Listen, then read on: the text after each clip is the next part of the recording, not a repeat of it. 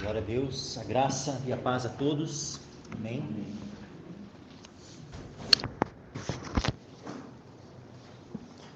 Peço que os irmãos abram a escritura no Evangelho de Marcos, capítulo 10.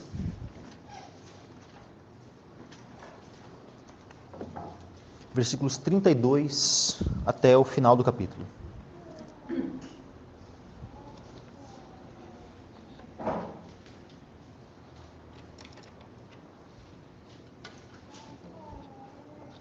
Marcos capítulo 10, versículos 32 em diante, diz assim a palavra do Senhor. Iam no caminho subindo para Jerusalém, e Jesus ia adiante deles, e eles maravilhavam-se, e seguiam-no atemorizados. E tornando a tomar consigo os 12, começou a dizer-lhes as coisas que lhe deviam sobrevir, dizendo: Eis que nós subimos a Jerusalém, e o Filho do Homem será entregue aos principais sacerdotes e aos escribas, e o condenarão à morte, e o entregarão aos gentios, e o escarnecerão, e açoitarão, e cuspirão nele, e o matarão, e ao terceiro dia ressuscitará. E aproximaram-se dele Tiago e João, filhos de Zebedeu, dizendo: Mestre, queremos que nos faças o que te pedimos. E ele lhes disse: Que quereis que vos faça? E eles lhe disseram: Concede-nos que na tua glória nos assentemos um à tua direita e o outro à tua esquerda. Mas Jesus lhes disse: Não sabeis o que pedis. Podeis vós beber o cálice que eu bebo e ser batizados com o batismo com que eu sou batizado? E eles lhe disseram: Podemos.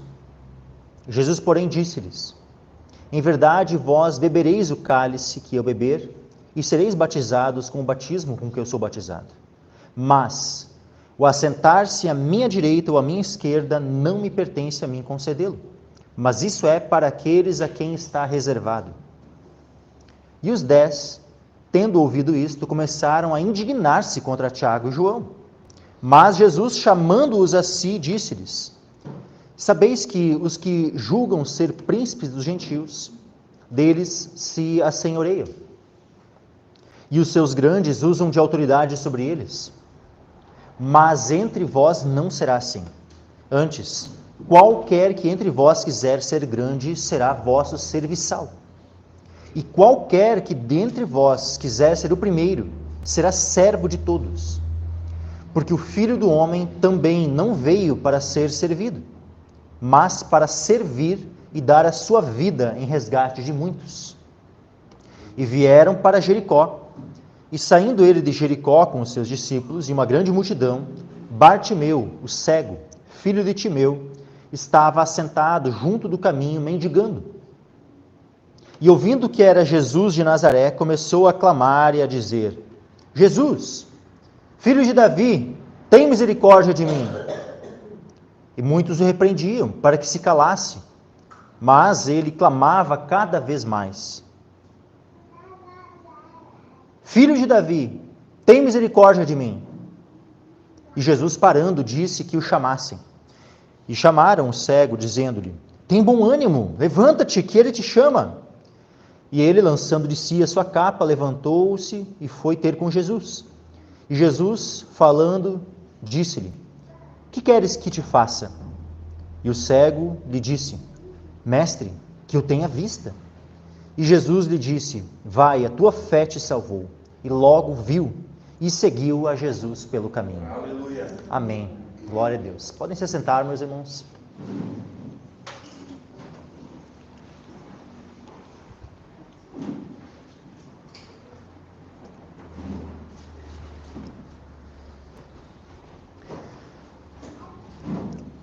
Então nós estamos aqui continuando com a exposição de Marcos, hoje capítulo 10, versículo 32 em diante.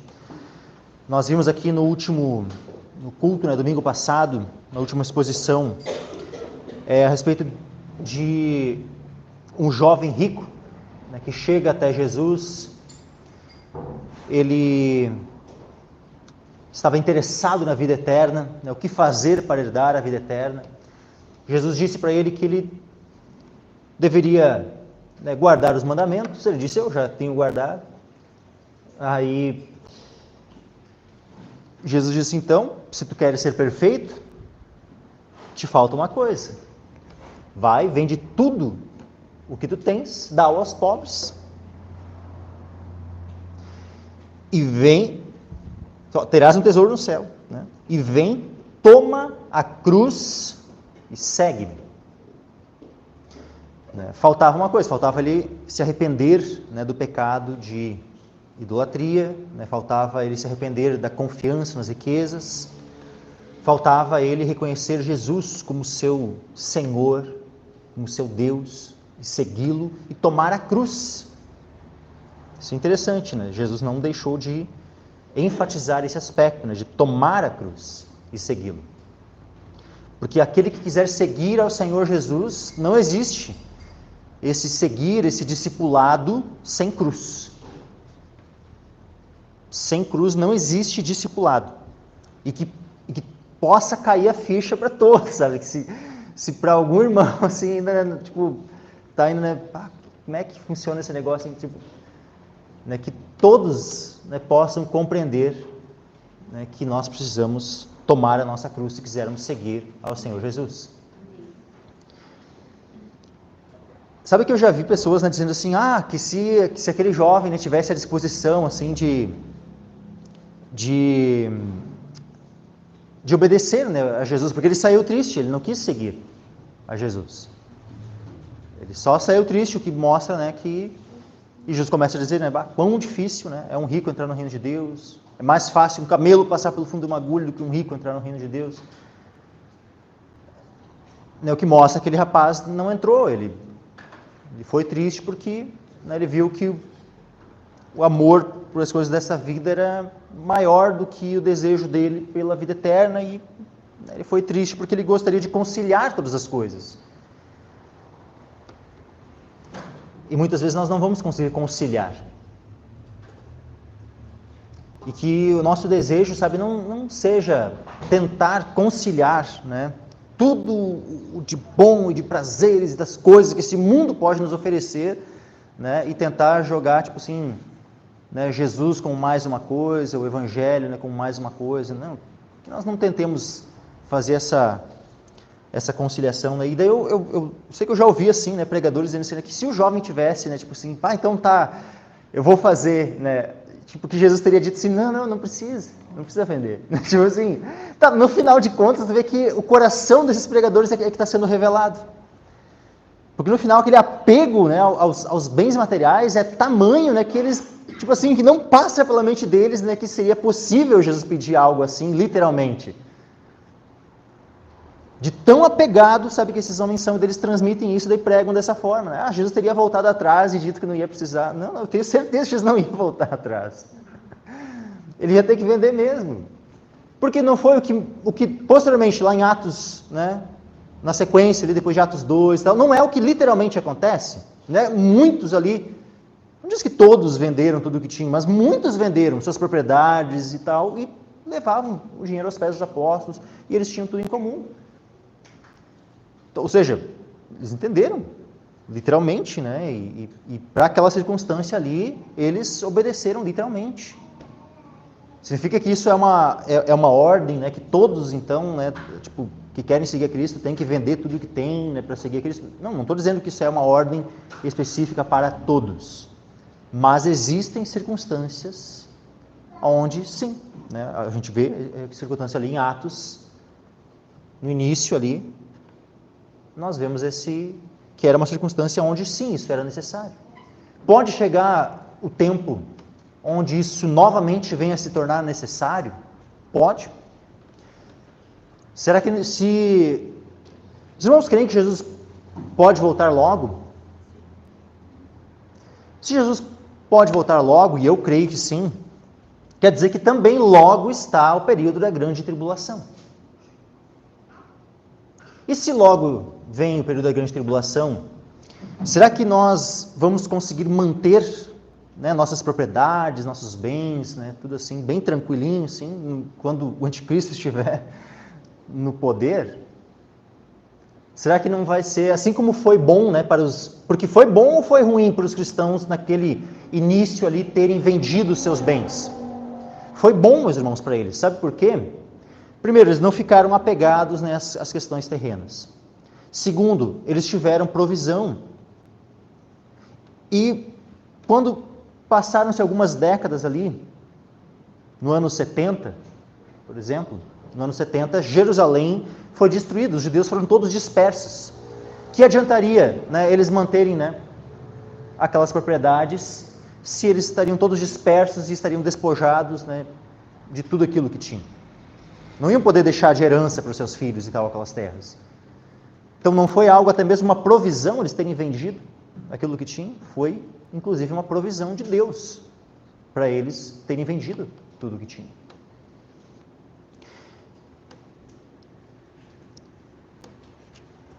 Então Jesus estava ali falando, né? Vejam que a tônica, né, de Cristo é a cruz. É não estarmos apegados, né, às coisas deste mundo, aos benefícios deste mundo, ao reino deste mundo. E aí novamente Jesus vai, agora no versículo 32, ia no caminho, subindo para Jerusalém, e Jesus ia adiante deles. Essa que era a última viagem para Jerusalém. O que iria acontecer ali em Jerusalém agora? Jesus ali seria preso e seria morto. E Jesus está indo à frente deles. Aqui nós podemos ver, sabe, Nosso Senhor como um capitão, né? É como verdadeiramente Ele é, o Senhor dos exércitos. À frente, né, do seu exército. Iam no caminho, subindo para Jerusalém, e Jesus ia adiante deles. Como um vencedor, como aquele que estava indo para a batalha, aquela batalha onde ele iria despojar os principados e potestades. Aquela batalha onde ele iria vencer o mundo. Só que aqueles que estavam junto com ele, né, não entendiam tudo o que estava acontecendo. E diz assim, ó, e eles maravilhavam-se e seguiam-no atemorizados. Então aqueles, tanto os 12, né, como os demais que estavam seguindo a Cristo, eles estavam seguindo o Senhor, eles não deixaram, eles não abandonaram o Senhor, mas eles não seguiam naquele mesmo sentimento que havia em Cristo. Naquela coragem, naquele, sabe... Não, eles estavam seguindo a Cristo, maravilhados, né, com a coragem do Senhor, mas eles mesmos estavam atemorizados. Porque eles sabiam que todos eles poderiam enfrentar a morte em Jerusalém, não só Cristo. Então estavam atemorizados. Tanto é que quando Jesus é preso, né, todos eles dão no pé, eles fogem. O Pedro estava lá, contigo, estou disposto a ir até a morte, mesmo que eles te abandonem tudo. Eu não. Pedro foi o que negou Jesus 3 vezes. Por quê? Por causa do temor dos homens. E é fácil para nós, né, que estamos distantes quase 2000 anos dos eventos, né, lendo, né, sobre isso, tipo, julgar, né, de, como é que podia, né, eles temerem, mas nós naquele tempo, meus irmãos, como é que será que estariam os nossos corações, né, nós seguindo a Cristo ali, né? Se nas nossas circunstâncias atuais, muitas vezes nosso coração não está tremendo diante de coisas, sabe, que daí a gente compara, né, com situações onde vários homens de Deus, né, ao longo da Escritura, assim, pela fé, triunfaram em circunstâncias muito semelhantes às nossas, só que nós, em vez de, né, crermos no Senhor, estamos ali todo, né, coração desmaiado, coração derretido diante das circunstâncias. Que Deus tenha misericórdia de nós, né, e nos fortaleça, sabe, nos dê uma fé firme. E tornando a tomar consigo os 12, começou a dizer-lhes as coisas que lhe deviam sobrevir. Então vejam, mais uma vez Jesus toma em particular, somente os 12. E fala com eles, fala sobre as coisas que lhe deviam sobrevir. Ele está aqui profetizando. Jesus aqui está profetizando, está falando sobre aquilo que iria acontecer com ele, dali a alguns dias ou semanas. E aí aqui nós temos a descrição mais detalhada. Vejam que Jesus já falava disso, né? A gente vê, por exemplo,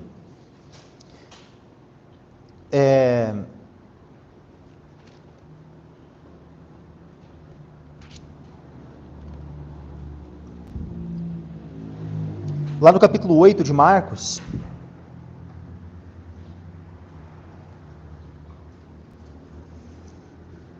nós vemos no capítulo 8, versículo 31, que Jesus começou a ensinar-lhes que importava que o Filho do Homem padecesse muito, ou seja, sofresse muito, né? Que fosse rejeitado pelos anciãos e principais sacerdotes, pelos escribas, que fosse morto, mas que depois de 3 dias ressuscitaria. Aqui ele começou a falar sobre isso. Depois, no capítulo 9, nós temos o relato da transfiguração. Quando Jesus ele está descendo com os discípulos do monte, e os discípulos perguntam, né? Por que dizem os escribas, no Marcos 9, versículo 11, por que dizem os escribas que é necessário que Elias venha primeiro? Respondendo ele, disse-lhes, em verdade Elias virá primeiro e todas as coisas restaurará. Só que olha só, e como está escrito do Filho do Homem, que ele deva padecer muito e ser aviltado. Veja que aqui ele novamente, só que daí aqui só para os 3, né? Para Pedro, para quem mais? Tiago e João. Os 3 ouvem em particular isso de Cristo, né? Que o Filho do Homem, que era o próprio Cristo, deveria padecer muito e ser aviltado.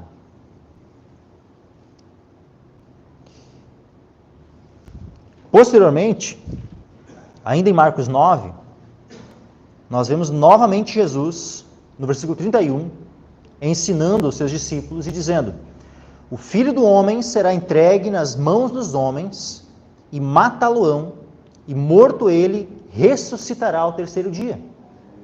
Só que olha o que diz no versículo 32, mas eles não entendiam esta palavra e receavam interrogá-lo. Então Jesus já estava aqui, com todos os discípulos, era a 2ª vez que ele estava falando sobre a sua morte. Mas não era somente sobre a sua morte, era sobre a sua ressurreição também.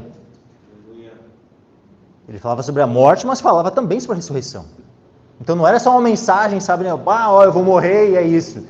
Né? E os discípulos ficaram, então e como é que vai ser depois? Não, ele já falava prontamente, todas as vezes, ele ia morrer, mas ele iria ressuscitar. E agora, em Marcos 10, no versículo 33, Jesus novamente está ali martelando esse aspecto. Vejam, pela 3ª vez, Jesus repetindo esse aspecto, que é a principal obra que ele veio realizar nessa terra. Esse é o motivo pelo qual ele encarnou, ele se tornou homem, para morrer por nós, ressuscitar por nós.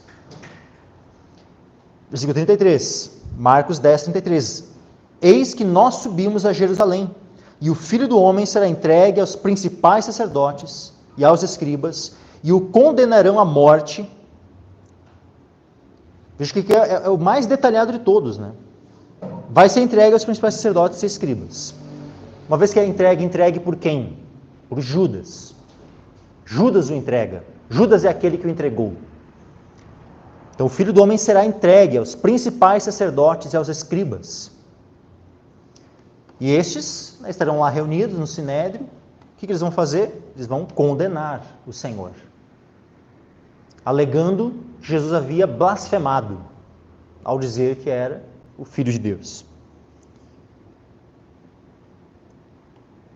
Será entregue aos principais sacerdotes, aos escribas, e o condenarão à morte. Só que eles poderiam matar por crucificação eles sozinhos?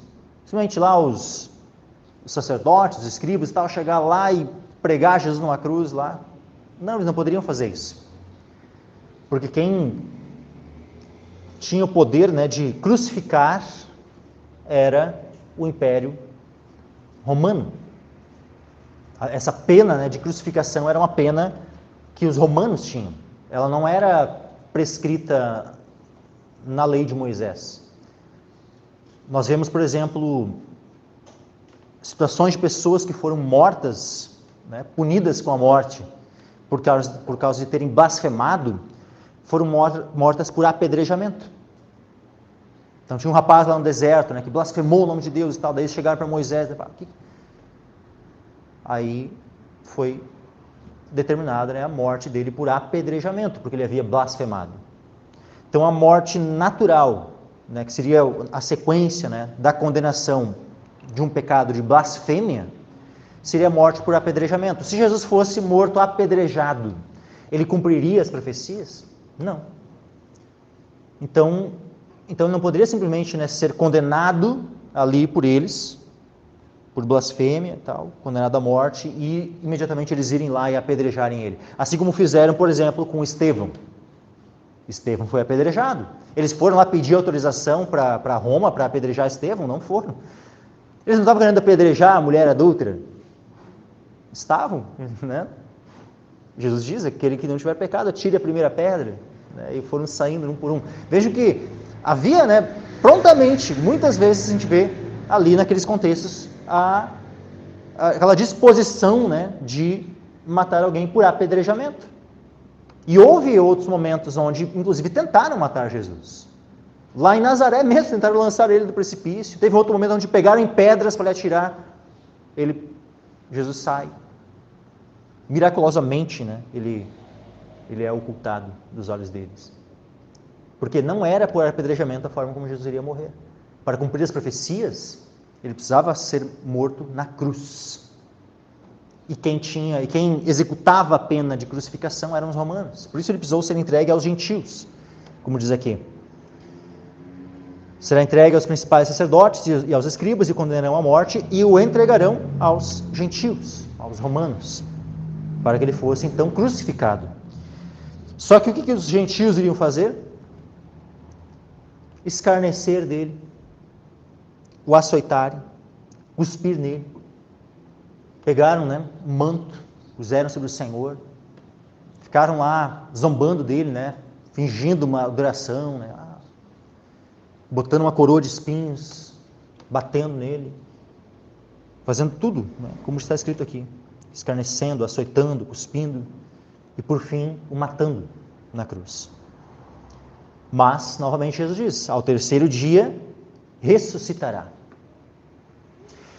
Quando nós lemos esse mesmo relato, né, vejam, olha só para os irmãos entender que é o mesmo relato, tá? Nós temos aqui a questão das criancinhas, né, que são levadas a Jesus, daí tem o jovem rico, e depois tem Jesus falando, né, sobre a sua morte, né, a sua humilhação ali em Jerusalém, julgamento e tudo. Quando nós vamos ali para Lucas capítulo 18, Lucas 18, nós temos ali, no versículo 15 a 17, a questão das criancinhas, 18 em diante, né, o jovem rico, versículo 18 em diante, Lucas 18, 18, né? E na sequência, da mesma forma como ali em Marcos, nós vamos ter no versículo 31,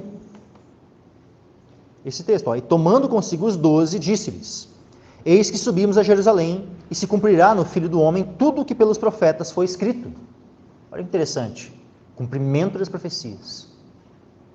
Pois há de ser entregue aos gentios, e escarnecido, injuriado e cuspido, e havendo-o açoitado, o matarão, e ao terceiro dia ressuscitará.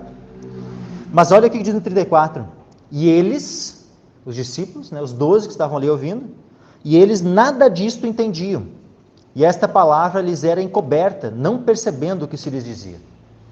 Olha isso. Era a terceira vez que Jesus estava falando com eles, mas como é que estava a compreensão deles dessas palavras de Cristo? Eles nada disso entendiam. E esta palavra lhes era encoberta, não percebendo o que se lhes dizia. Aí nós já vemos o contexto, né, da pergunta de Tiago e João.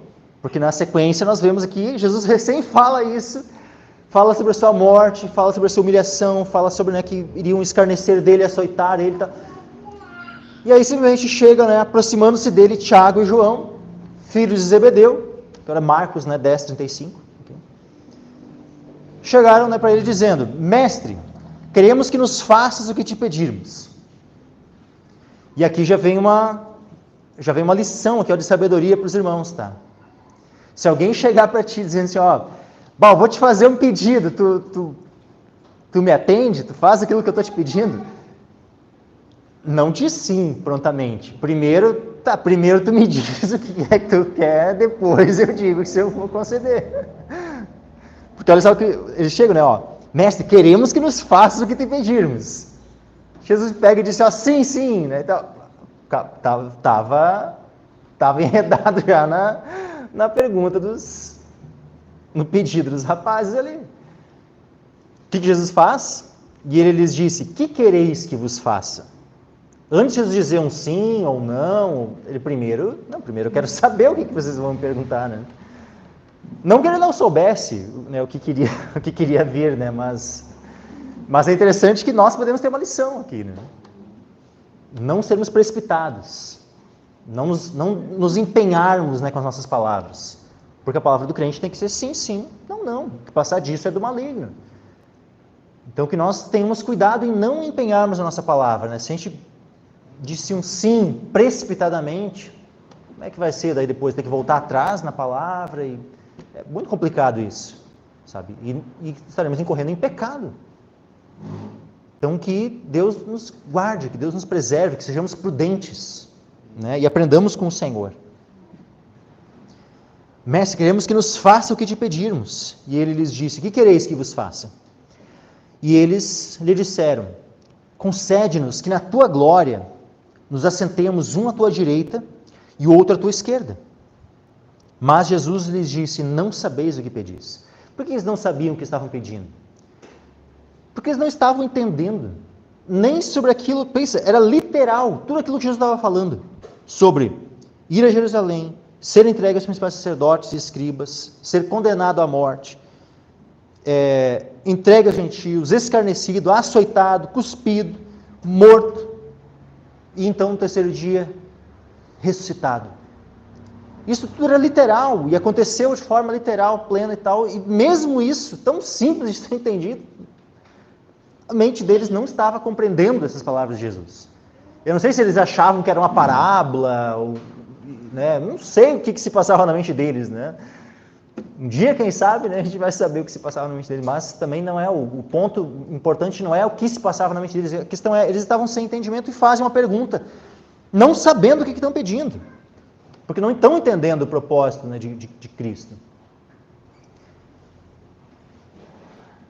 Quantas vezes, né, estamos nós seguindo ao Senhor, discípulos de Cristo, assim como eles, mas muitas vezes nos falta entendimento mais aprofundado das coisas de Deus. Muitas vezes tem coisas, sabe, que até mesmo básicas, coisas que a gente, pelo tempo, né, já deveríamos saber, já deveríamos ter experiência, e ainda não sabemos. Que Deus tenha misericórdia de nós, que Deus, sabe, aperfeiçoe a boa obra que Ele já começou em nossas vidas, meus irmãos, nos dando, né, cada vez mais revelação, entendimento da sua vontade. Mas muitas vezes nós não crescemos justamente pela nossa negligência, em não buscar entender qual é a vontade do Senhor. Nós nos fazemos negligentes e por isso não crescemos. Ou não é o que diz, né, lá em Hebreus, né? Olha só, Hebreus capítulo 6. Aliás, perdão, capítulo 5. Hebreus 5, do qual muito temos que dizer de difícil interpretação, porquanto, mas só era de difícil interpretação, por quê? Porquanto vos fizestes negligentes para ouvir. Então, às vezes, a dificuldade, né, que nós temos em crescer, em amadurecer, a dificuldade está na nossa negligência. Se fôssemos mais diligentes, mais empenhados em verdadeiramente buscarmos o reino de Deus em primeiro lugar, quem sabe essa, né, a falta de entendimento, de prática, de experiência e tudo mais, a gente não estaria tão atrás como da onde a gente deveria estar. Que Deus conduza todos nós, meus irmãos, a um crescimento, a uma maturidade no Senhor, a sermos cada vez mais semelhantes a Cristo. Sabe, o objetivo nessa terra, meus irmãos, o Senhor estar trabalhando em nós, nos santificando, estar trabalhando em nós, não é que nós, como esses jargões coach, venhamos a chegar na melhor versão de nós mesmos. Esqueçam essa balela, essa melhor versão de si mesmo. Que melhor versão de si mesmo? Que nós precisamos, meus irmãos, é sermos cada dia mais semelhantes a Cristo. Cada dia mais semelhantes a Jesus. Isso. Não é a melhor versão de nós mesmos, é cada vez mais semelhantes a Cristo. Ponto final. Glória a Deus. Mas aí nós vemos a pergunta deles, E Jesus diz: eles queriam se sentar um à sua direita, o outro à sua esquerda, na glória. Concede-nos que na tua glória nos assentemos, um à tua direita e o outro à tua esquerda. Só que aqui nós temos a pergunta deles, meus irmãos. Eles não sabiam o que estavam pedindo, de fato, o entendimento deles era muito limitado, tanto sobre a glória, sobre esse assentar à direita ou à esquerda do Senhor, sobre o reino de Deus, o reino de Cristo, tudo aquilo que estava para acontecer. O entendimento deles era muito limitado e, então, em partes havia pecado nessa pergunta, mas eu vou dizer assim, que nem tudo na pergunta deles está errado. Por mais que eles não sabiam o que estavam pedindo, mas vejam que... vamos analisar a resposta de Jesus, para os irmãos entenderem.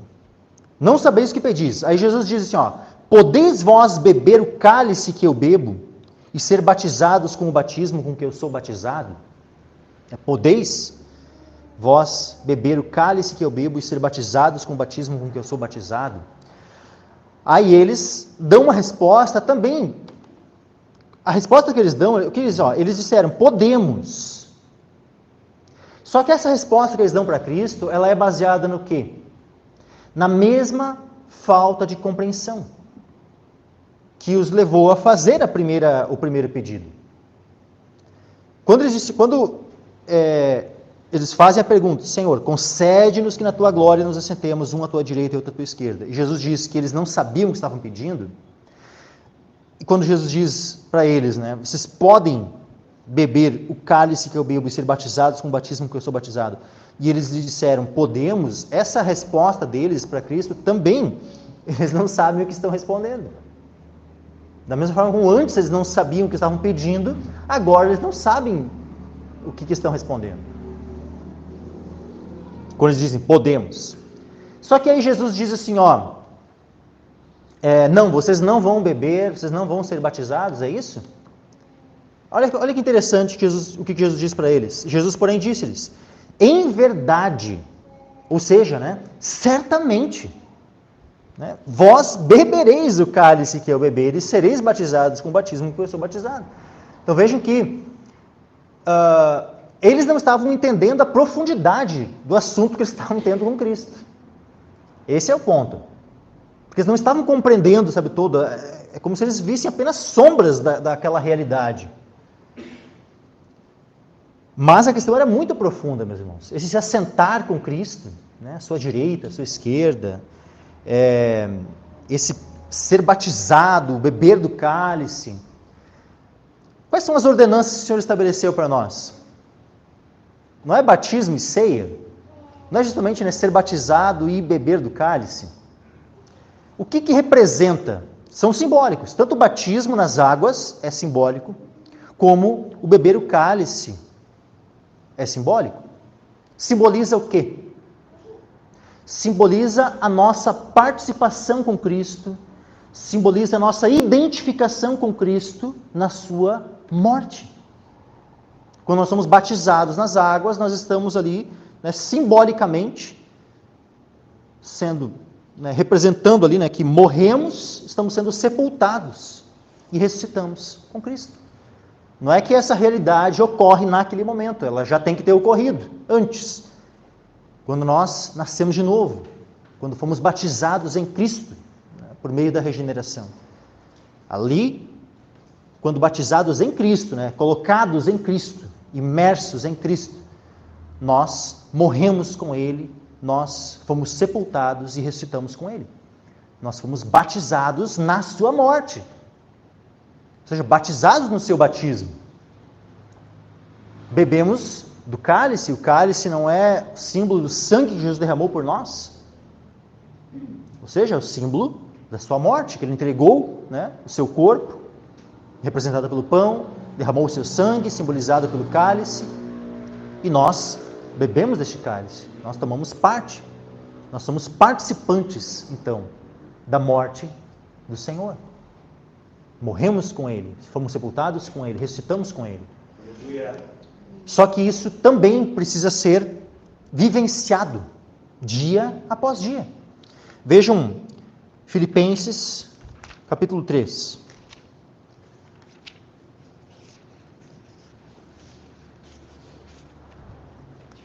Filipenses, capítulo 3.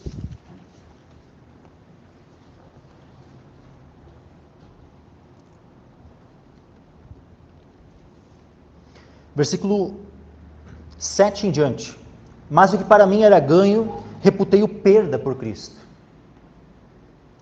Então, meus irmãos, qualquer coisa desta vida, comparado com Cristo, é escória. E nós temos que reputar tudo, qualquer reputação, qualquer coisa nessa terra comparado a Cristo, nós temos que reputar como perda. Mas o que para mim era ganho, reputei-o perda por Cristo. E na verdade tenho também por perda todas as coisas, pela excelência do conhecimento de Cristo Jesus, meu Senhor, pelo qual sofri a perda de todas essas coisas, e as considero como escória, para que possa ganhar a Cristo, e seja achado nele.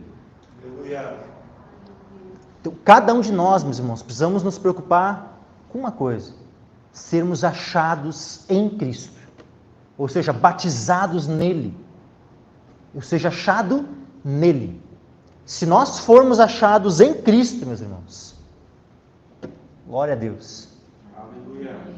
Glória a Deus, porque assim, de nada adianta ganhar o mundo inteiro se nós não formos achados em Cristo. Que reputemos, tudo, o mundo inteiro. Se Satanás chegasse diante de nós, assim, eu te dou o mundo inteiro. Elon Musk, o Bezos e tantos outros aí vão ser mendigos comparados a ti. Se essa fosse a proposta, mas nós não poderíamos estar em Cristo dessa forma, então que nós reputássemos toda essa proposta de riquezas, de glória, como esterco, comparado com o ter a Cristo.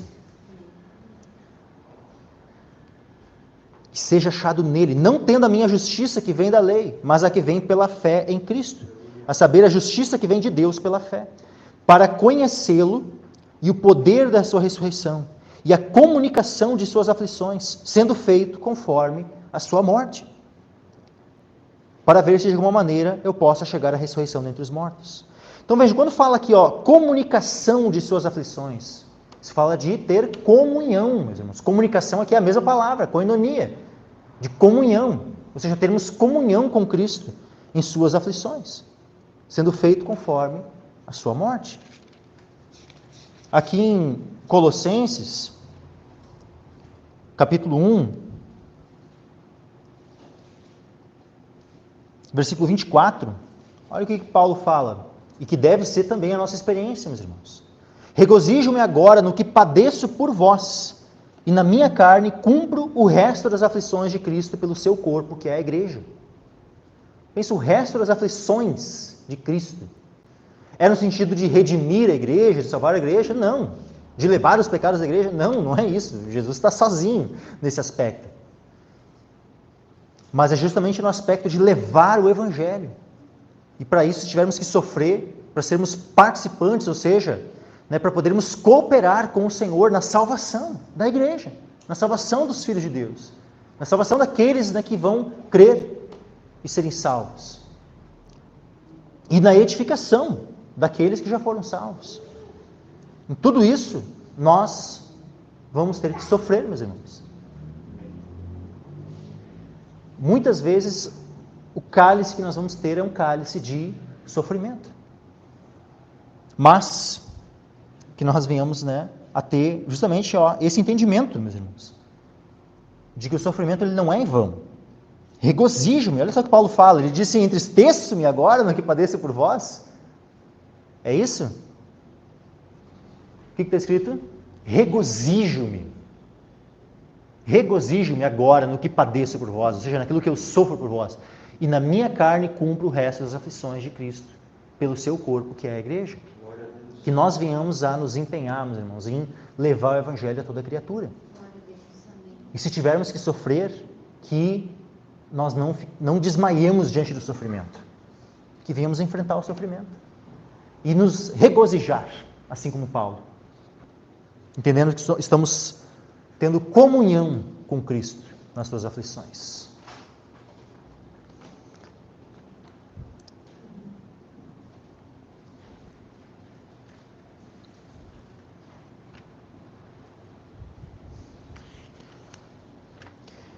Voltando aqui para Marcos, então os discípulos, Marcos 10, versículo 7.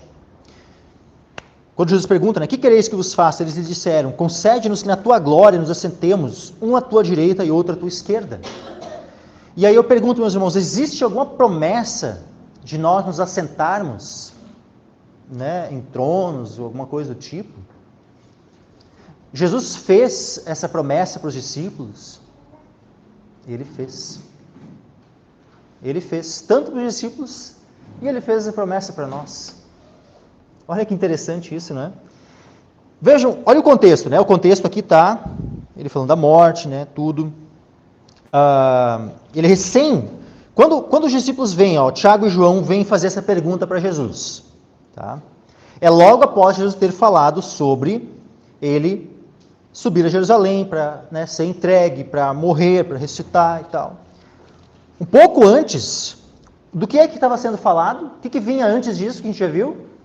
Aquela circunstância com o jovem rico, não é? Onde Jesus diz para o jovem rico vender o que ele tinha e seguir, tomar a cruz e seguir após ele. O que os discípulos, né, respondem para Jesus na sequência? Depois de Jesus ensinar, né, que é difícil o rico entrar no reino de Deus, difícil para os que confiam nas riquezas e tal. O que Pedro diz para Jesus? Pedro começou a dizer: eis que nós tudo deixamos e te seguimos. O que Jesus responde para ele e para os demais discípulos? Aqui em Marcos não está registrado isso. Mas vamos lá para Mateus para entender o que está registrado lá em Mateus. Porque os evangelhos eles vão se complementando um ao outro. Então veja que aquela pergunta, né, de se assentar uma à direita ou outra à esquerda, ela não está tão desconexa assim do contexto. Vamos lá, Mateus capítulo 20.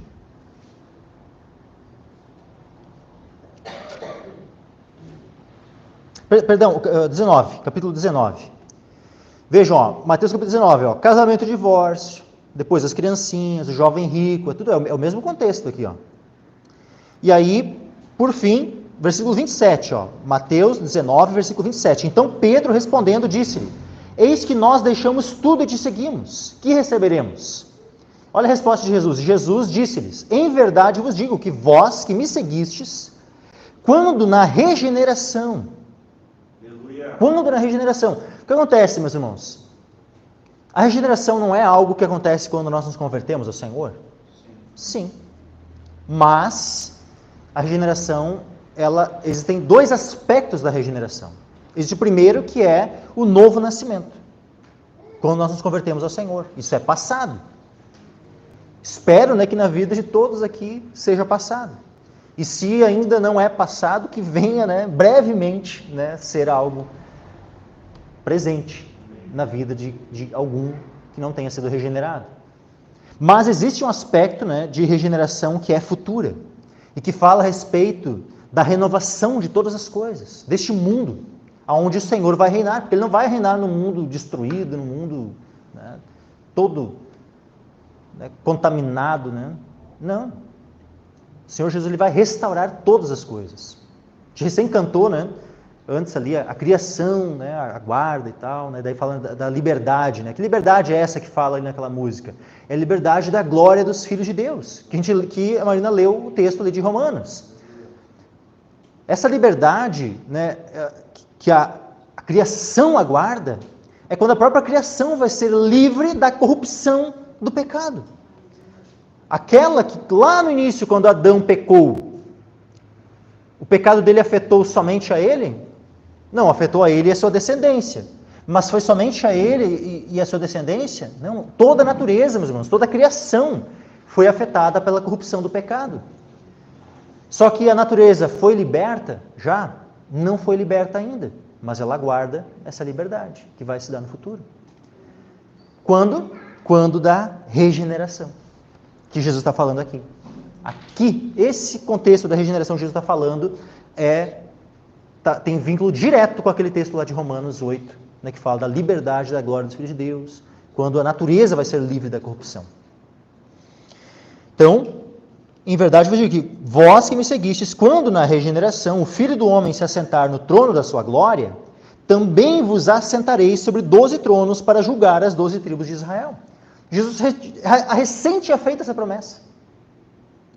Vejam, e daí na sequência, né, tem aqui uma parábola, e depois no versículo, se for aqui em Mateus, né, e no capítulo 20, aqui no versículo 17, nós vemos Jesus falando sobre a sua morte, né, tudo, e aquele pedido dos 2 discípulos. Veja que havia um contexto bem vinculado, né, amarrado àquele aspecto ali. Então, não era uma pergunta tão desconexa assim, né, mas, sim, faltava muito entendimento neles. Mas eles estão de todo errados, né, em desejar.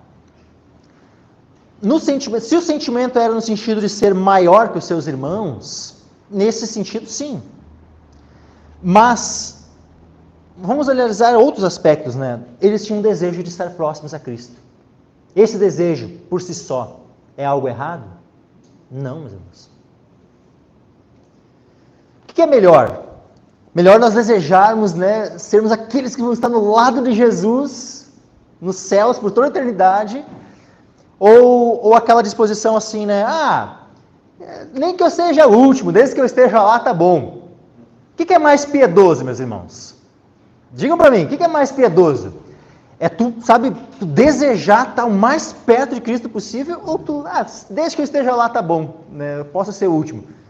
Isso até parece, soa, né, humilde, soa, né, algo piedoso, assim, olha só, né, que humildade, né, ela não quer, né, algo, ela quer, deixa que eu esteja lá, tá bom, tal. Sabe o que isso traz para mim, meus irmãos? Uma negligência. Uma despreocupação, né? Eu não quero me esforçar para ter galardão e coisa, não. Né? Eu só quero, né, ser discípulo de Cristo o suficiente para não ir para o inferno. Isso é o que significa isso, sabe? É só até o limite, né, de eu não cair no precipício. Desde que eu esteja lá, tá bom. Essa tem que ser a disposição dos nossos corações, meus irmãos. É preferível, meus irmãos, que nós nos esforcemos, né, para alcançar uma superior ressurreição. Quanto mais próximo de Cristo, melhor.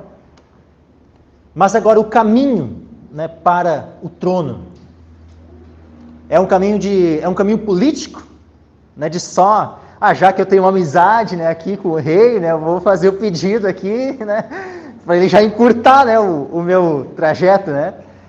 É assim? Aqui na Terra pode até funcionar assim, né? O amigo do prefeito, o amigo do governador, do presidente e tal, né, consegue os favores e tal. Só, né, ir chamar a parte, fazer um pedido e tal, né? Muitas vezes, né, as coisas aqui na Terra funcionam desse jeito. Mas aí com Cristo, né, para que alguém se assente à sua direita ou à sua esquerda, veja que vai ter alguém que vai se assentar à direita e alguém que vai se assentar à esquerda de Cristo. Jesus não disse que não vão existir esses lugares, essas posições. Vão existir. E aí, o nosso desejo tem que ser o quê? É o de estar o mais longe possível de Cristo ou de estar mais perto possível de Cristo? O mais perto. Então, eles não estavam, completamente errados. O desejo, pelo menos, de estar perto de Cristo Era algo bom, até porque eles estavam falando na tua glória, né?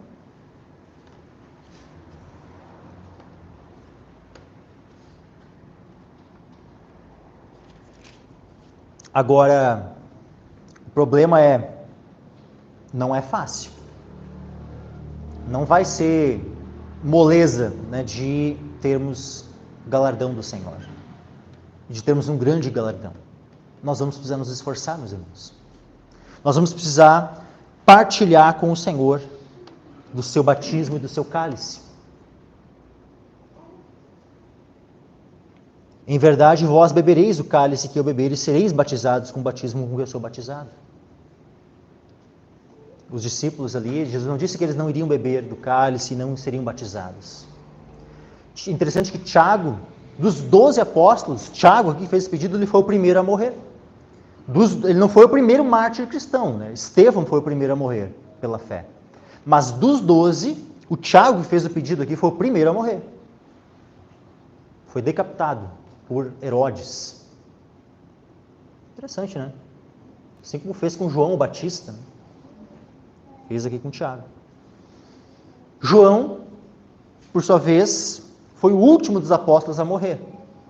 Mas veja que quando ele escreve o Apocalipse, ele está no exílio em Patmos. Ou seja, foi um homem que sofreu perseguições por muito tempo pelo Senhor Jesus, por amor do Senhor.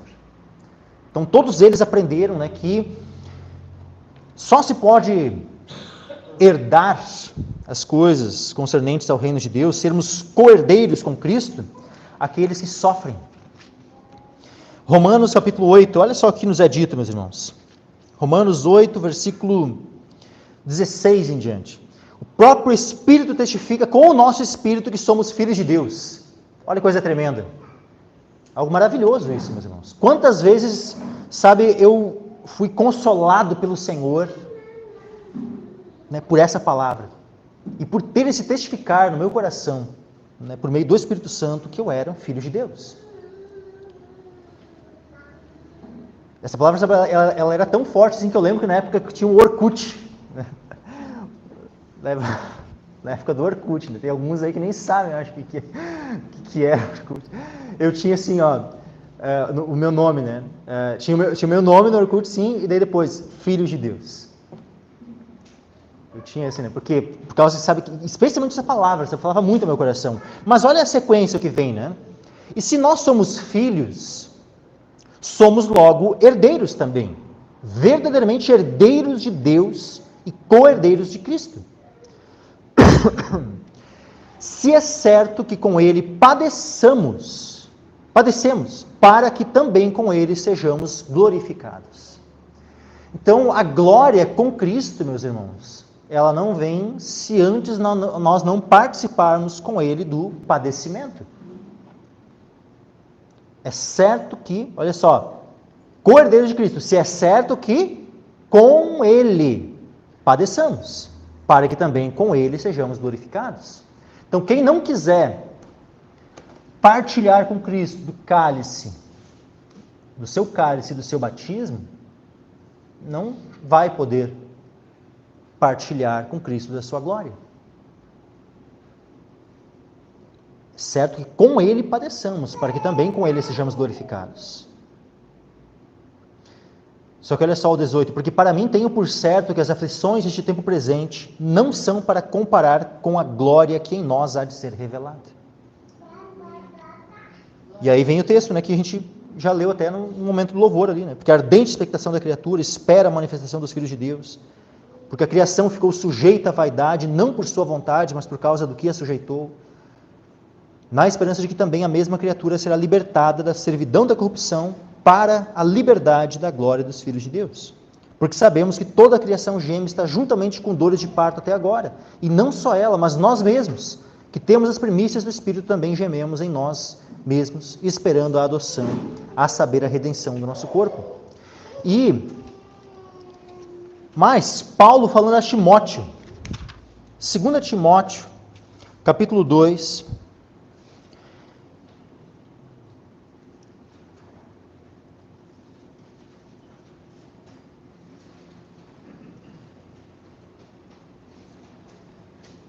versículo 13, o que Paulo fala para Timóteo? Tu, pois, sofre as aflições como bom soldado de Jesus Cristo. Sofre as aflições. Então, Timóteo recebeu uma ordem, e essa ordem é para nós também, meus irmãos. Sabe, eu espero que os irmãos possam ler a carta de Timóteo, as cartas, né, as duas cartas de Timóteo, da forma como eu leio, meus irmãos. Eu leio assim, ó, em vez de Timóteo, eu entendo que Paulo teria escrito para mim a carta. Assim. Então, que cada um possa ler, sabe, se identificando completamente. Sabe, entendendo que cada imperativo, cada ordem, cada mandamento é para si. Então, ó, tu, pois, sofres aflições como bom soldado de Jesus Cristo. Olha o que diz um pouco abaixo. Versículo 7. Considera o que digo e o Senhor te dê entendimento em tudo. 8. Lembra-te de que Jesus Cristo, que é da descendência de Davi, ressuscitou dentre os mortos, segundo o meu evangelho. Versículo 9. Por isso sofro trabalhos e até prisões como malfeitor, mas a palavra de Deus não está presa. Portanto, tudo sofro por amor dos escolhidos, para que também eles alcancem a salvação que está em Cristo Jesus, com glória eterna. Tudo sofro, que nós venhamos, meus irmãos, estar dispostos a sofrer por amor dos escolhidos de Deus, para que eles venham alcançar a salvação que está em Cristo Jesus, com glória eterna. A salvação em Cristo, há uma diferença, né? Aqueles que serão condenados estarão em vergonha, miséria eterna, mas os salvos estarão com Cristo, com glória eterna. Versículo 11, palavra fiel é esta, que se morrermos com Ele, também com Ele viveremos. Olha que interessante, né? Morrermos com Ele, morrermos com Cristo. Palavra fiel é esta, que se morrermos com Ele, também com Ele viveremos. Se sofrermos também com Ele, reinaremos. Se o negarmos, também Ele nos negará. Que jamais vimos a negar o Senhor, mas que estejamos dispostos a morrer e a sofrer com o nosso Senhor Jesus. Ou seja, assim como os dois apóstolos, né, Tiago e João, que quando Jesus diz assim, podeis vós beber o cálice que eu bebo e ser batizados com o batismo que eu sou batizado, naquele momento eles não tinham condições. Afinal, eles não fugiram? No momento, né, que Jesus foi preso, eles não deram tudo no pé? Apesar de que João, na sequência, volta, né, e acompanha Cristo até a crucificação. Mas a primeira disposição de todos eles foi fugir, não foi beber do cálice, ou seja, eles não tinham condições. Mas depois o Senhor os capacitou. Pelo poder do Espírito Santo eles foram capacitados. Tanto é que quando eles dizem podemos, mesmo sem entender o que estavam falando, Jesus sabia do que ele estava falando. E sabia que ele iria capacitá-los para, posteriormente, eles poderem receber aquele batismo e beberem do cálice. Em verdade, vós bebereis o cálice em que eu beber. Cálice que eu beber. E sereis batizados com o batismo que eu sou batizado. Ou seja, eles sofreriam com Cristo. Eles morreriam com Cristo. Assim como nós somos chamados. Palavra fiel é esta. Voltando para 2 Timóteo 2, 11. Palavra fiel é esta, que se morrermos com Ele, também com Ele viveremos. Se sofrermos, também com Ele reinaremos. Vejam, vida eterna e o reino eterno, nós reinarmos eternamente com Cristo. Tudo isso está vinculado à condição de morrermos com Ele e sofrermos com Ele. Ou seja, de recebermos esse batismo e bebermos do seu cálice. A promessa tanto é para os apóstolos, de se assentarem em 12 tronos e julgarem as tribos de Israel. Mas não é dito para nós que nós também julgaremos o mundo, que nós reinaremos com Cristo? Não é dito isso para nós também?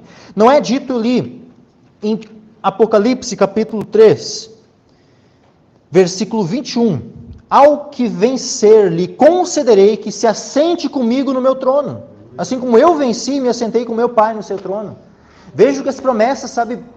Então a pergunta deles, por mais que eles não estavam entendendo, né, muito, mas ela não era completamente, errada.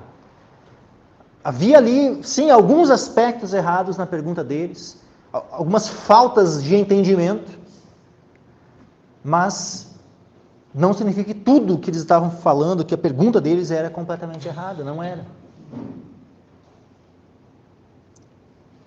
Agora, Jesus poderia garantir, né, o lugar à direita e à esquerda, aos dois? Não. Isso era para, como diz aqui, mas ao assentar-se, em verdade vós bebereis o cálice que eu beber e sereis batizados com o batismo com que eu sou batizado. Mas o assentar-se à minha direita ou à minha esquerda não me pertence a mim concedê-lo. Mas isso é para aqueles a quem está reservado. Lá em Mateus, né, o Evangelho de Mateus fala assim, aqueles para quem está reservado por meu Pai. Ou seja, isso aqui fala inclusive da própria eleição. A eleição implica em que Deus ele pode escolher e determinar aqueles que ele vai tanto salvar como a posição, né, no reino dele que cada um vai ter. É Deus quem tem esse poder, essa autoridade. Não pertence a nós. E não é com um mero pedido, né, ao Senhor, né? Tipo assim, Senhor, né, me concede, né, que eu possa, né? Peraí. Tu está disposto a sofrer por Cristo? Está disposto a morrer por Cristo? Aqueles que sofrerem e morrerem por Cristo, esses reinarão com Ele. Esses viverão eternamente com Ele. Olha só, os 10, né, 41. Os 10, tendo ouvido isto, começaram a indignar-se contra Tiago e João. Mas Jesus, chamando-os a si, disse-lhes: sabeis que os que julgam ser príncipes dos gentios, deles se assenhoreiam, e os seus grandes usam de autoridade sobre eles. Mas entre vós não será assim.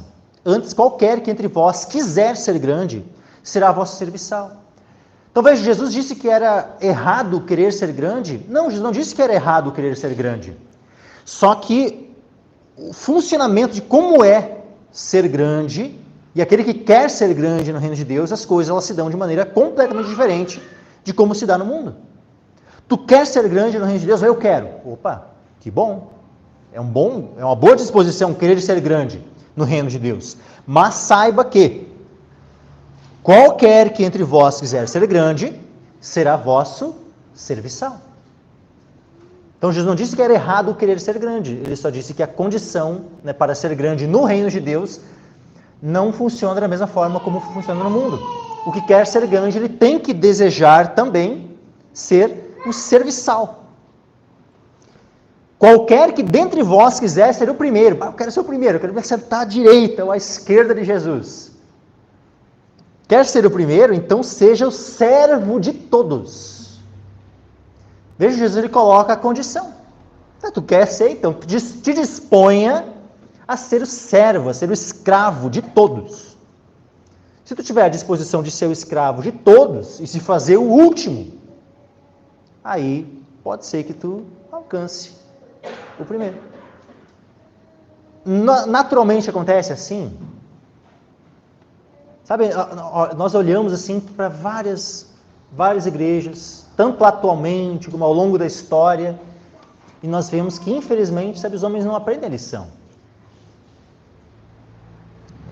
Quantos, né, nas igrejas têm o desejo de preeminência? Na época dos apóstolos, né? O pastor Aloysio, né, quando pregou as cartas ali de 1ª, 2ª e 3ª João, nós não vemos ali que tinha, né, aquele homem que desejava o primado, né? Ou seja, ele queria a primazia, né? Ele queria, né, expulsava da igreja, né, aqueles que ele queria e tal, né, que não seguiam, né, a risca que ele estava ali determinando. Então, sempre, né, ao longo da história tiveram aqueles que quiseram o primado, quiseram, né, exercer a autoridade sobre os outros e, sabe, e aquele desejo, né, de ser o maior nos moldes do mundo. Por que surge, por exemplo, assim, a figura do Papa? Se antes, né, as igrejas eram todas iguais. Surge a figura do Papa porque um bispo se coloca acima dos demais. O bispo de Roma teria o primado sobre os demais. Quando é que vai surgir isso? Só alguns séculos depois. Hoje, quando tu pega, né, esses donos de igreja, tu tem ali um Valdomiro, tu tem ali um Edir Macedo, né, que eles estão ali exercendo o primado sobre as igrejas. Então, assim, eles estão sendo servos de todos, né? Pelo contrário, Eles estão querendo se servir, né, do dinheiro de todos, né, Então nós vemos isso ao longo da história, né? A Igreja Católica aconteceu isso, né? O cara vai galgando, né? O cara vira padre, depois vira bispo, depois arcebispo, depois cardeal, aí papa, né? Mas tudo, né, numa hierarquia que é exatamente dos moldes do mundo, de como é que funciona, né, as coisas do mundo. Aí tu pega, né, igrejas ditas, né, evangélicas, mas que não são, né? São seitas, onde, né, tu tem ali, né, pastores que começam, né, e infelizmente, muitas vezes, tem igrejas que... Quantas igrejas eu já conheci, assim, que se perderam nessa, sabe, de disputas por poder, homens, né, um querendo, e aí tiram o outro, e vai, pá. Que terrível, sabe, tudo isso. Sabe, esses jogos políticos, né, no meio da igreja do Senhor. Que coisa terrível esse tipo de coisa. Entre vós não será assim. Antes, qualquer que entre vós quiser ser grande, será vosso serviçal. Jesus não diz que é errado querer ser grande. Só que desde que isto seja nos moldes que Ele estabeleceu. Nos moldes do reino de Deus e não nos moldes dos reinos deste mundo caído, corrupto. Qualquer que dentre vós quiser ser o primeiro, será servo de todos. Porque o Filho do Homem também não veio para ser servido, mas para servir e dar a sua vida em resgate de muitos. Meus irmãos, que coisa tremenda isso. Ele, olha como é o Senhor, né? O Senhor, sendo Deus, Ele não teve como usurpação ser igual a Deus. Mas Ele fez a si mesmo de nenhuma reputação. Ele assumiu a forma de servo. Ele se fez servo. Ele se humilhou. Isso até a morte, e morte de cruz. Ele foi obediente. Então, olha o quanto Jesus precisou se humilhar. E nós devemos ser semelhantes a quem? A Cristo, a Jesus. Nós devemos seguir as pisadas de quem? Nós devemos imitar, devemos, ser moldados conforme qual padrão? O padrão de Cristo. Então, se Jesus se humilhou, nós devemos também nos humilhar, meus irmãos. Eu sei que essa mensagem, né, essa ordem, esse imperativo de se humilhar, não é algo fácil. Às vezes não é nem bem entendido. Sabe, tá, mas o que é se humilhar? Sabe? Às vezes pode ser que alguns, né, de vocês estejam se perguntando assim, o que seria, né, se humilhar? Quem sabe de maneira semelhante como os discípulos aqui. Eles estavam ali perguntando o que será que Jesus está falando, né, sobre morrer na cruz e tal. Pede para o Senhor, abre o meu entendimento, me dá graça, né, para entender o que significa na prática, no meu dia a dia, eu me humilhar, eu seguir, eu ter o mesmo sentimento que houve em ti, meu Jesus. Que na prática eu possa, que não venha apenas ter, que serem apenas palavras, né, na minha mente, assim, eu tenho que me humilhar. Que seja a nossa realidade, meus irmãos. Nós nos fazermos últimos. Nós verdadeiramente nos humilharmos. Que esta seja a nossa realidade, prática em nossas vidas. Para imitarmos nosso Senhor. Porque o Filho do Homem também não veio para ser servido, mas para servir e dar a sua vida em resgate de muitos. O Senhor morreu por nós. Essa palavra que mostra, meus irmãos, que a morte de Cristo ela foi substitutiva. Ele deu a sua vida em resgate, para nos resgatar. Em resgate por muitos. Por muitos. Por que nesse contexto aqui, muitas vezes é dito que Jesus ele morreu por todos, que ele foi, né, propiciação pelos pecados do mundo inteiro e tal. Mas aqui é dito resgate não de todos, mas de muitos. Por quê? Porque por mais que o objetivo de Jesus morrer na cruz é para a salvação de todos, mas são todos que são salvos? São todos que são resgatados pela morte de Cristo? Não. É somente para aqueles que creem. Os que creem são resgatados. Os que creem, os que se arrependem dos seus pecados, estes recebem o benefício da morte do Senhor Jesus.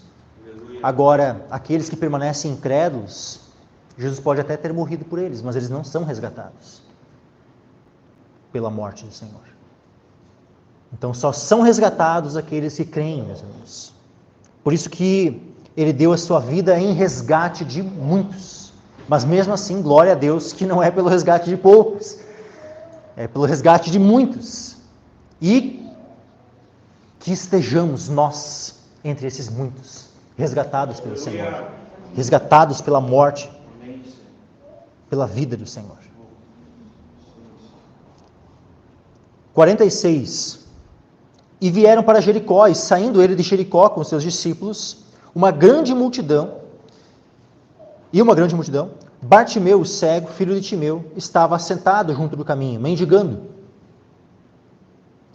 E ouvindo que era Jesus de Nazaré, começou a clamar e a dizer: Jesus, filho de Davi, tem misericórdia de mim. Olha só, ele ouviu que era Jesus de Nazaré que estava passando. Só que ele não... mas lembra aquele Natanael? Natanael, quando ele ouve, né, o Filipe dizendo assim, né, encontramos o Messias, né, Jesus de Nazaré. E aí ele, filho de José, aí ele, de Nazaré, pode vir alguma coisa boa? Olha a resposta, né, do Natanael, né? Pode vir alguma coisa boa de Nazaré? Olha que interessante esse cego aqui, né? Olha como é muito tremendo, sabe, a forma como algumas vezes o Senhor operou de tal forma. Assim, aqueles que estavam mais próximos de Jesus tinham uma dificuldade de entender as coisas, mas um cego que provavelmente era a primeira vez que ia ter um contato com Jesus, só tinha ouvido falar, tinha uma visão espiritual muito mais avançada, né, do que os outros. Ouviu falar de Jesus ali, né, que estava passando no caminho, ouvindo que era Jesus de Nazaré. Ele não ficou que nem o Natanael, né? Mas pode vir alguma coisa boa de Nazaré? Não. Ele imediatamente começou a clamar e a dizer: Jesus, filho de Davi. Opa, filho de Davi? Muito poucos reconheceram Jesus como filho de Davi. Porque reconhecer que Jesus era filho de Davi era reconhecer que Jesus era o Messias esperado, o Cristo. Então esse cego que já tinha ouvido falar de Jesus já estava aqui, ó. Não ficou, sabe, não levou Nazaré como um impeditivo para ele crer no Senhor. Ele imediatamente começou a clamar ao Senhor: Jesus, filho de Davi. Ou seja, Jesus, ele estava com essas palavras dizendo: eu reconheço que tu és o Cristo, que tu és o Messias. E aí o que ele diz: tem misericórdia de mim. E essa, meus irmãos, aqueles que estão cegos, muitas vezes, sabe, o inimigo ele cega o entendimento dos incrédulos. E houve um tempo onde todos nós, meus irmãos, éramos cegos. Todos nós já fomos cegos. Mas, como a gente vê aqui, ó, 2 Coríntios, capítulo 4, versículo 13 em diante: mas se ainda o nosso evangelho está encoberto, para os que se perdem está encoberto, nos quais o Deus deste século, que é Satanás, cegou os entendimentos dos incrédulos. Olha só, cegou os entendimentos dos incrédulos. Por muito tempo em nossas vidas, meus irmãos, o nosso entendimento estava cego para as coisas de Deus. Nos quais o Deus deste século cegou os entendimentos dos incrédulos, para que lhes não resplandeça a luz do evangelho da glória de Cristo, que é a imagem de Deus. O cego não pode ver a luz, porque não nos pregamos a nós mesmos, mas a Cristo Jesus, o Senhor. E nós mesmos somos vossos servos por amor de Jesus. Olha que interessante, né? Paulo, né, se colocando, né? Nós mesmos somos vossos servos por amor de Jesus. Porque Deus, que disse que das trevas resplandecesse a luz, é quem resplandeceu em nossos corações, para a iluminação do conhecimento da glória de Deus na face de Jesus Cristo. Então, se nós fomos convertidos, foi porque o Senhor resplandeceu em nossos corações. O Senhor iluminou os olhos do nosso entendimento. Glória a Deus. Efésios capítulo 1 e versículo 18. Versículo 17 e 18, olha só. Paulo falando das orações, né? Os motivos que levavam ele a orar pelos Efésios. Ele diz assim, ó, Efésios 1, 17 e 18. Para que o Deus de nosso Senhor Jesus Cristo, o Pai da glória, vos dê em seu conhecimento o espírito de sabedoria e de revelação, tendo iluminados os olhos do vosso entendimento, para que saibais qual seja a esperança da sua vocação e quais as riquezas da glória da sua herança nos santos.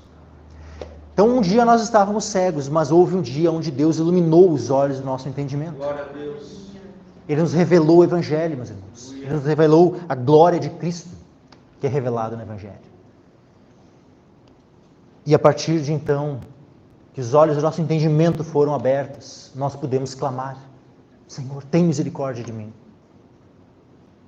Jesus, filho de Davi, tem misericórdia de mim. Que nós venhamos sempre clamar, meus irmãos, confiar na misericórdia do Senhor. E Jesus parando disse, aliás, versículo 48, e muitos o repreendiam para que se calassem, mas ele clamava cada vez mais: Filho de Davi, tem misericórdia de mim. Meus irmãos, que nós não venhamos a parar a nossa busca pelo Senhor, ou frear, diminuir o nosso zelo pelo Senhor, por causa de qualquer repreensão que alguém venha nos fazer. Se alguém chegar a partir e dizer assim: não, ó, para, tá demais isso aí, tá orando muito, tá lendo muito a Bíblia, tá ouvindo muito louvor, tá querendo, sabe, ser muito crente. Não, isso aí já é fanatismo. Imagina te coloca no lugar de Bartimeu. Não aceita, sabe, a repreensão e tal, não. Tá repreendendo. Não quero saber. Jesus, filho de Davi, tem misericórdia de mim. Continua buscando o Senhor. Continua te esforçando, com mais diligência ainda. Olha só, se vierem te repreender, se vierem, sabe, querer te conter, né, na tua busca pelo Senhor, que mais ainda tu venha te esforçar. Que isso não seja um freio. Que isso seja um trampolim para tu cada vez, sabe, que isso seja um acelerador na tua vida. Muitos repreendiam para que se calasse. Mas o que diz aqui? Mas ele clamava da mesma forma? Não, ele clamava cada vez mais. Então que as repreensões, mas se alguém está repreendendo o teu zelo, se alguém está repreendendo, sabe, a tua fé, a tua busca pelo Senhor, não para. Busca o Senhor cada vez mais. Te empenha mais, seja cada vez mais diligente. E Jesus, parando, disse que o chamassem. E chamaram o cego, dizendo: tem bom ânimo, levanta-te, que ele te chama. E ele, lançando de si a sua capa, levantou-se e foi ter com Jesus. Sabe, ele lançou de si a sua capa. Nós, muitas vezes, nessa corrida que nos é proposta, precisamos nos desembaraçar de outros pesos também, e do pecado. E olhar para Jesus, correr para Ele. Em Hebreus nos é dito isso. Olha só, Hebreus capítulo 12, versículo 1 e 2. Portanto, nós também, porque estamos rodeados de uma tão grande nuvem de testemunhas, deixemos todo o embaraço e o pecado que tão de perto nos rodeia e corramos com paciência a carreira que nos está proposta, olhando para Jesus, autor e consumador da fé, o qual, pelo gozo que lhe estava proposto, suportou a cruz, desprezando a afronta, e assentou-se à destra do trono de Deus. Então que nós venhamos a desprezar a afronta dos homens, a oposição dos homens, e olhar para Jesus, olhar para a glória que nos também é proposta. E que isso nos sirva de estímulo para buscarmos ao Senhor cada vez mais, para nos desprendermos de qualquer coisa que possa, sabe, ser o empecilho na nossa carreira, rumo aos céus. E ele, lançando de si a sua capa, levantou-se e foi ter com Jesus. E Jesus, falando, disse-lhe: que queres que te faça? E o cego lhe disse: mestre, que eu tenha vista.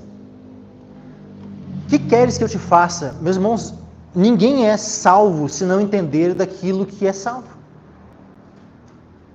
Se eu não reconhecer, né, que eu estava perdido, que eu